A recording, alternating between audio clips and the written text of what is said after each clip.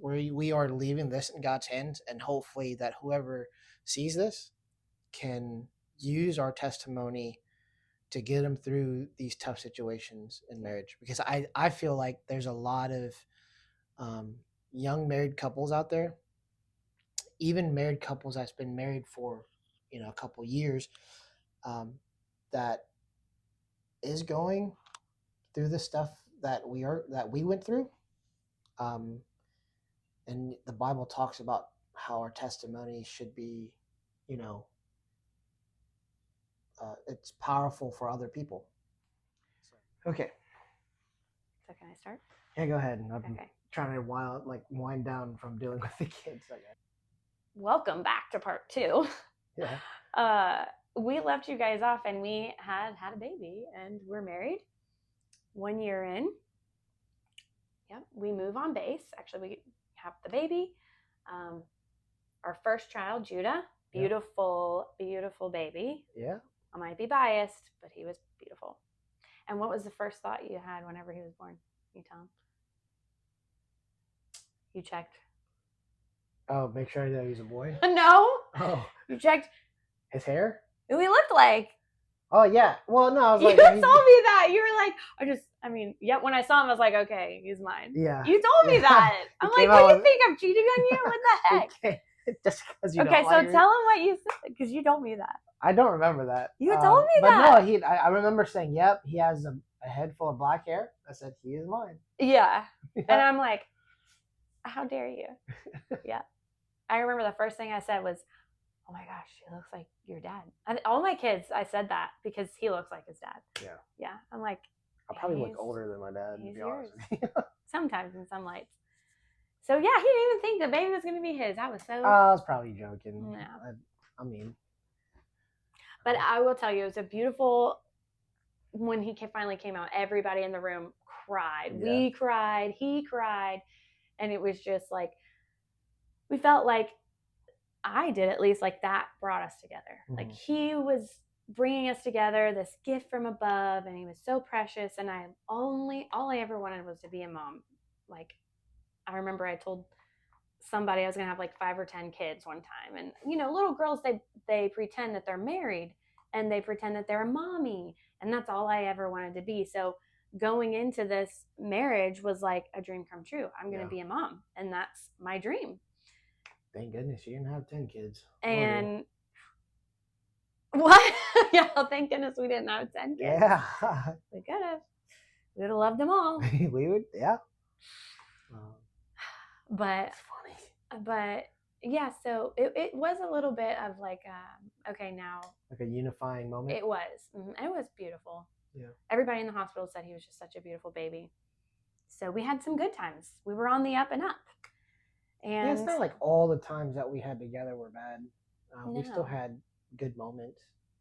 But there was one time specifically, I found, so my idea is you don't smoke, you don't drink, you're a good guy. Well, he told me he wasn't smoking, and I found a pack of cigarettes. Yeah. So this whole time, okay, mind you, it takes 9 months, 10 months to have a baby. So this whole time he had been hiding, he was smoking. Was that really? Yeah. That long? Mm-hmm. Because I remember I found out I was cleaning out his car or something. He was good at hiding things. His breath never smelled like nothing. I never suspected it. Not even the car. It smelled like cigarettes. It's crazy. So I find, and he denies it. I find a pack of cigarettes or a can of dip or something in his shoe. He denies it. Oh, then it must have been a can of dip. Because if it was cigarettes, it would have been in my shoe. Okay, so it was that. And because I remember I used to keep a can of dip when I did it.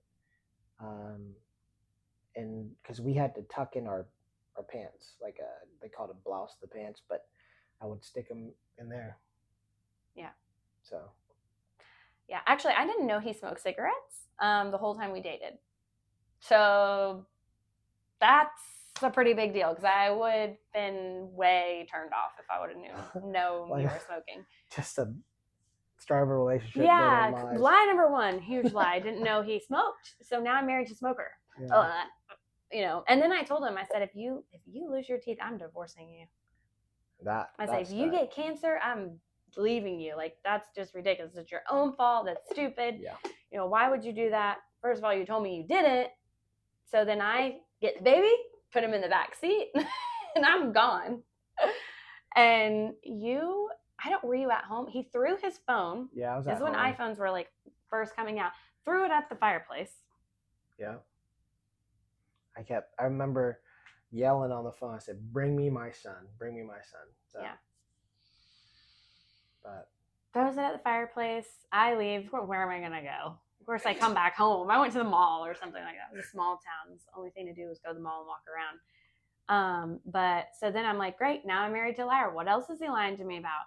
mm-hmm. You know. So then I start. The trust right there was done. Yeah. Didn't trust him. I'm like, what else has he lied to me about? You know, I couldn't trust him when we were dating because I found out he was talking to other women. Okay, didn't tell you that. So then, I feel like it's just a bash. I know. I'm sorry. I'm sorry. Okay. I'm not like that anymore. Okay. Okay. He's not like that anymore. Okay. But this is really what was going on. Yeah. And I didn't want to be a statistic. Like I told you before, I didn't want to get a divorce. I didn't want somebody else to raise my child. I really wanted Ashton to raise our kid. I wanted him to be, you know, everything I thought he was supposed to be. Yeah. And it's like, you can't make somebody do something. And it was so frustrating. It was just really frustrating. Yeah. So, I mean, I was mad at him for a long time after that. And I really didn't trust him. I'm like, I was looking for things. Like, I remember, I don't know if I went through your phone or not. Because at that point, I was like, okay, trust completely gone. Yeah. You know, how am I supposed to? Mind you, during this time, after that whole argument, after that whole thing, we still went to church. Yep. Every Sunday. Yep. You know, it looked okay on the outside, but it wasn't. I mean, I think our family knew that it wasn't that great. I think your family knew because I don't think your mom or your sister liked me at the time. Probably not. I don't think.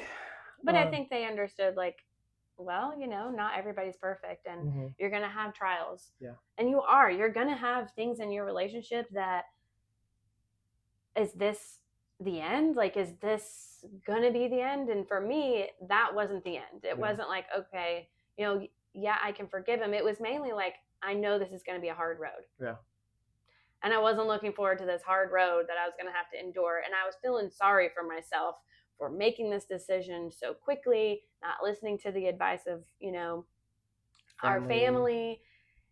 And again, I kept hearing, I told you so in the back of my head. And I really did not like that. So we got over it. We moved on. We ended up moving on base for a short period of time. Yep. And we would like go by our house because it was brand new base housing. So this was like fun for us. We'd drive by while they're building the houses. Oh, that one's going to be ours. Yep. Brand new. Nobody got to live there. We were the first tenants there. And I liked that. I did like living on base, being and having like a nice little neighborhood. I could push my baby. We could go to the park. And that was fun for me. I actually enjoyed being a military wife. Mm-hmm. Yeah. I don't think he enjoyed. I hated the military. Yeah. I mean, yeah, I get benefits. You know, I get benefits from the military even now. But during the time, it sucked. I've met some really, really great people there. Lifelong brothers there. Mm-hmm. But hated every single moment of it. Didn't like it. Yeah. But I do get my benefits that I rate, So what was going through your mind, like, while you were dipping and smoking? Like, were you just thinking you were going to hide this for the rest of your life? Or, like, were you like, I can deny it, I can get out of it? I don't think I could hide it for the rest of my life. But I know that, I didn't know. I just felt like it wasn't that big of a deal. You know what I mean? Like, but to you, it was a big deal. Mm-hmm. But to me, it wasn't a big deal. I mean, so why were you hiding if it wasn't a big deal? I knew you didn't like it. Why would I do it in front of somebody that doesn't like it? Okay. Now, also, I just want to point out during all the arguments that we've had, me throwing the phone or anything like that, yeah, I raised my voice, but I never cursed at Yeah, her. that's what I was thinking. Never Yep. said any curse words. And I don't think I ever cussed at you either. No. Yeah. I mean, never something to, yeah, he raised his voice at me when I say yelling because he was a Marine. Like, he treated me like I was a Marine, and I was not, okay? I'm still a little flower that you're not watering, okay? Every once in a while he puts a light on it, but like, Give a drop of water. a little drop of water, Yeah. He always told me, like, he complimented me, and it wasn't like I was like, I hated my life, but but I will like look at my life 5 years from now, and I would see this is where I'm going to be 5 years from now, and I would get discouraged because I would think, I'm just going to, like, I didn't want my son or our future children to grow up under this type of leadership. Yeah. I'm thinking long term, long picture, and I didn't like where it was going. And I knew I ultimately wanted more for my life, and I didn't see that you could dream. I didn't see that you could make a future for us. Yeah. I didn't see leadership. I didn't see vision because I am always thinking about doing things. I'm always, and that comes from my mom and my dad. They were both business owners and always, about making money. And, we lived in a little tiny duplex. I grew up in a beautiful home. We had an in-ground pool, lived in a nice neighborhood. When we lived off base, it was a small duplex. When we moved on base, it was a very big home. Yeah. For two adults and a baby. Mm-hmm. So, yeah, and it was nice. Yeah. We didn't even own very much because I remember when we first moved into that new home, we didn't even have enough stuff to fill it. No, we didn't. We were like, okay, we live in this big house, and we have a bed and a couch still. Yeah, and we did have a crib, But anyways, all of these things, I just didn't see that we were on the same playing field or the same plane. We were definitely unevenly yoked. Mm-hmm. And I say that because, like, while she was praying and stuff like that, I have fallen very far from God. Like, tell us where you are. Huh? Tell us. Go ahead.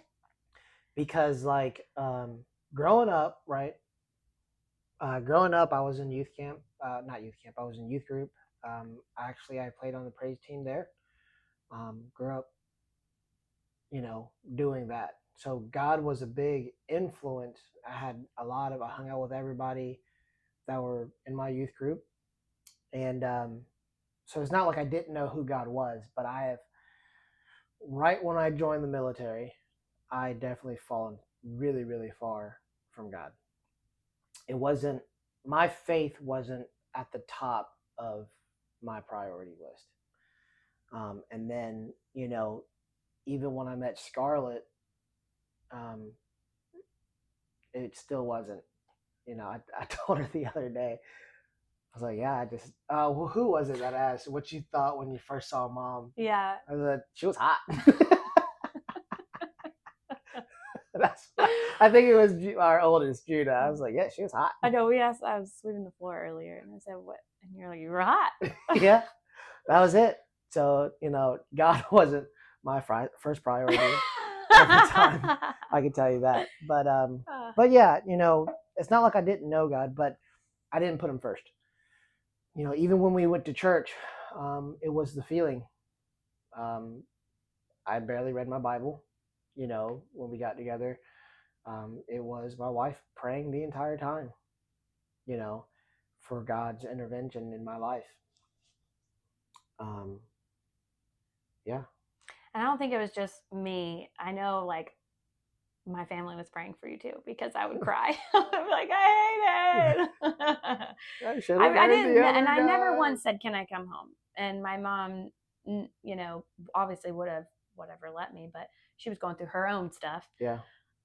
But every time her answer was, yeah, she would let me complain to her. Which, number one, don't ever complain to your mother about your husband, because they never forget anything, and they can't forgive things that you can forgive.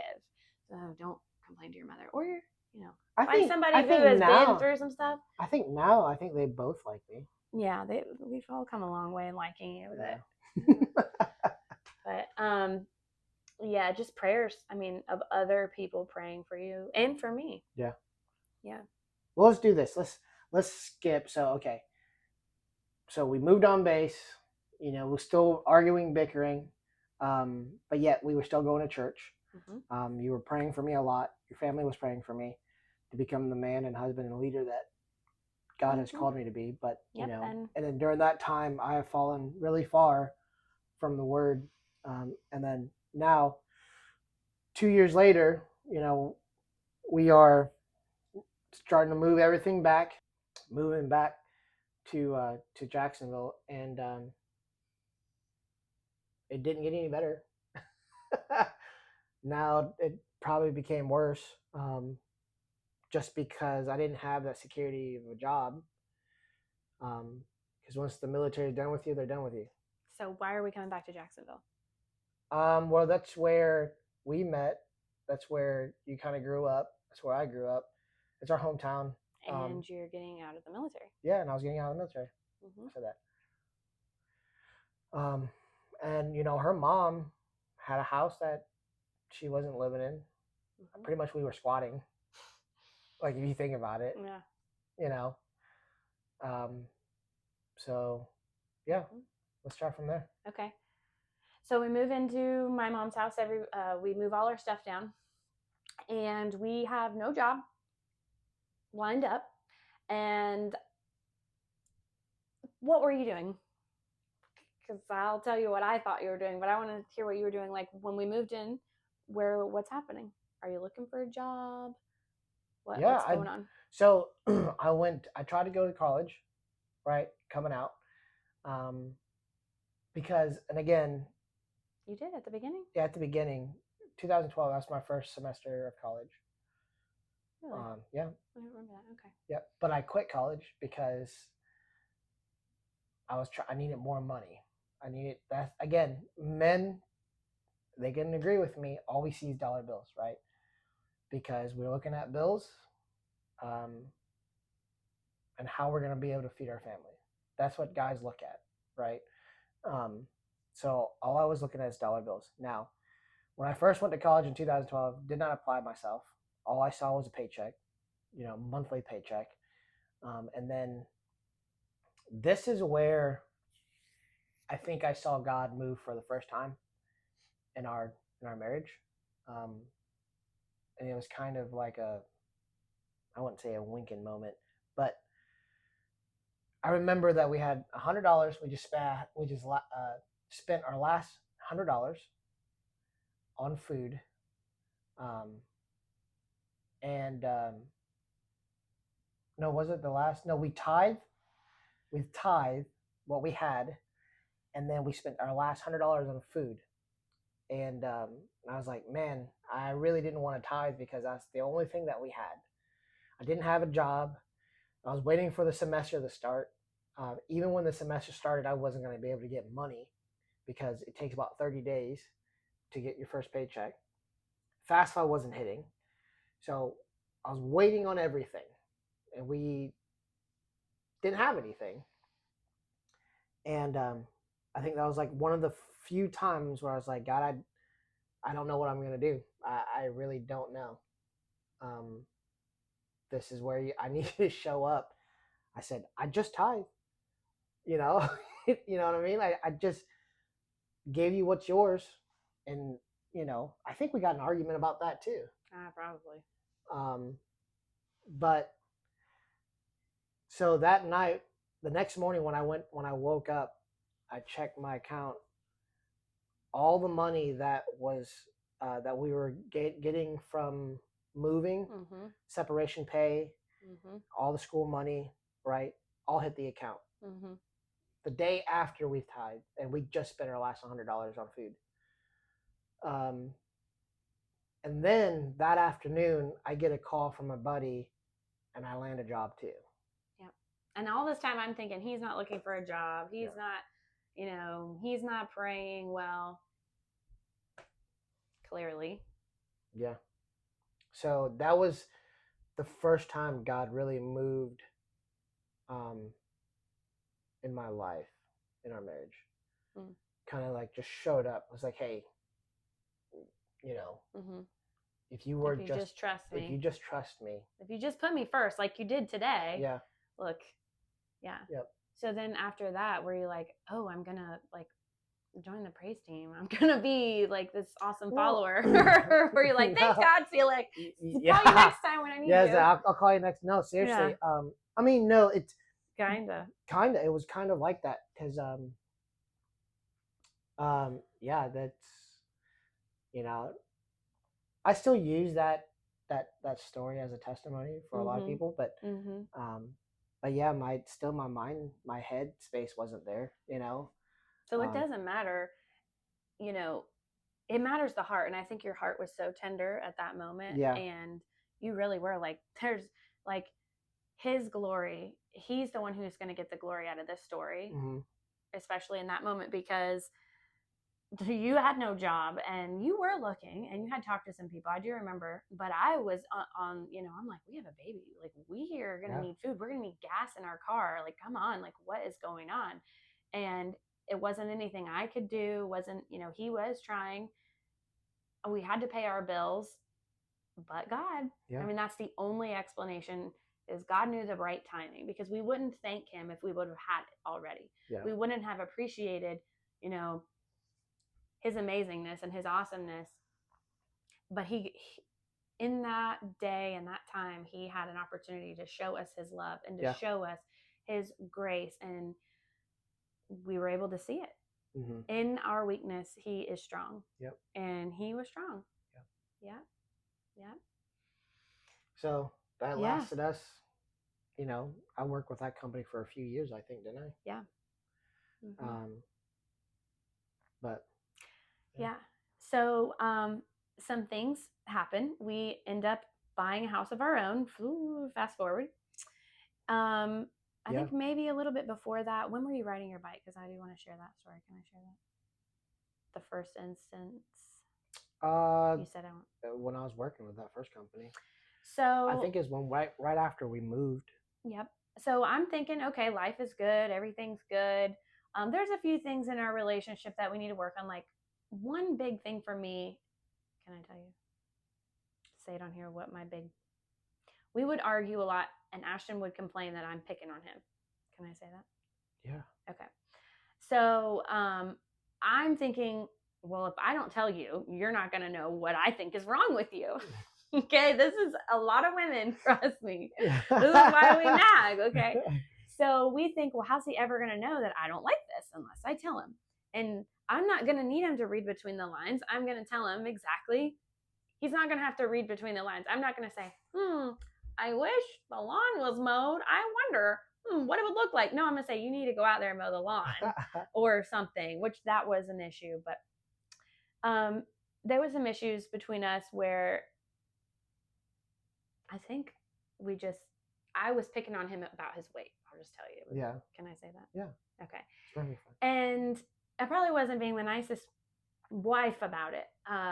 But I think a lot of the times where I was hard against my wife, she started eating. I mean, I might be wrong, but I feel like I'm right. Okay. That her heart was starting to get hard towards me. Yeah. During that time. Over all those years of me being the way I was. Yes. You know what I mean? Her heart became hard.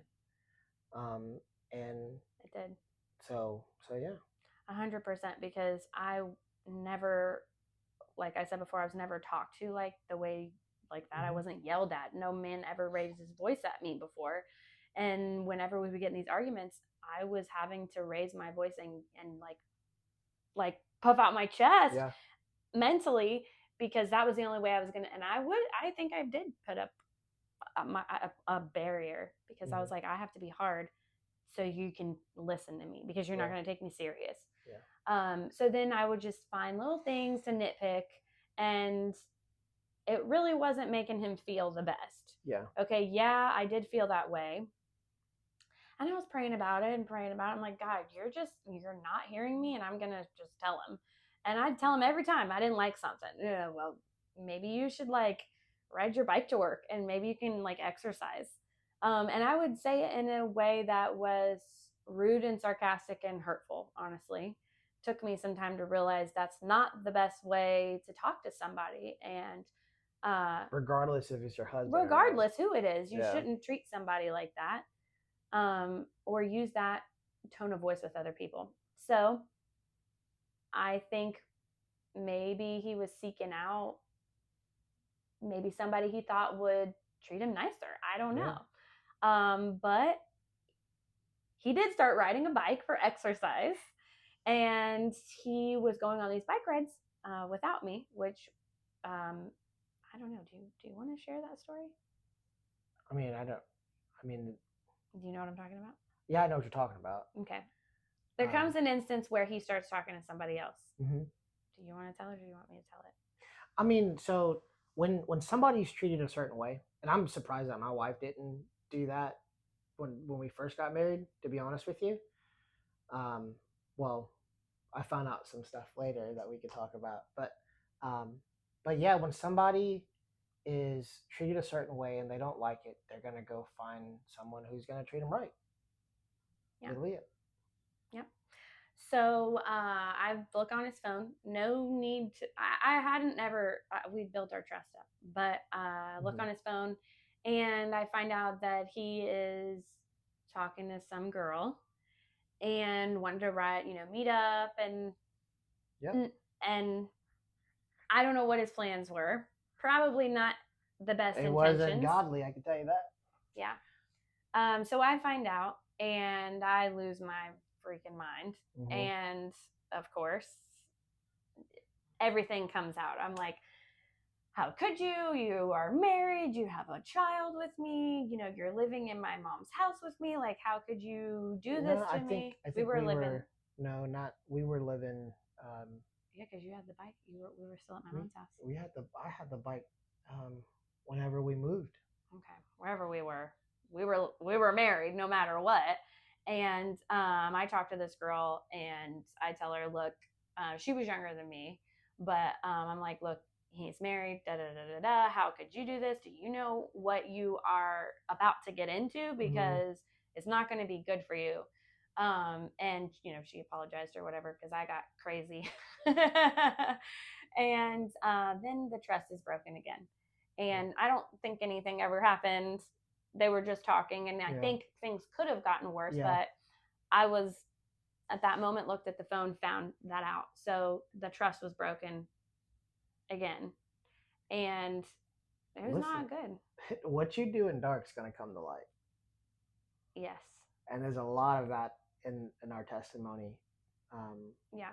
From me, from both sides, really. Because even that, now we're dealing with that, right? Yeah. We got one kid, broke my wife's trust. Yeah. After everything was going good, because we started hitting a stride. We were going to church. We went to that other church by the beaches. Went there for a little bit. And but it wasn't like it was fixed instantly. Yeah. Because during that time, she really, probably resented me. She just didn't have, the trust was gone, the feelings were gone, but yet we have a child. I think were you pregnant again? Eventually I get pregnant again, because I don't learn a lesson, apparently. But all of that was gone, right? So bad. It did. I think we should leave him on a cliffhanger. We could. Well, let's put it this way. All that stuff was gone. The trust, the love, everything pretty much was gone. Yeah, because how am I going to love you now? Yeah. You betrayed my trust. Yep. I trusted you. So she became even extra resentful towards me, treating me horribly, just nitpicking not even nitpicking, but just being mean. And then, I think it was like a year of that, and then I kind of turned the tables, and I was like, you know what, I had enough of this. I'm ready to go. With the kid, I'm ready to go. And so, yeah, and then we'll talk more about that in the next episode of how God saved our marriage. Yes. All the while, he's doing little things here and there. And I would get a glimmer of like, oh, wow, he's working. It's going to change. And then right back downhill. But it's not over yet. Yeah. So watch the next one. Yeah, next one. All right. Still love you.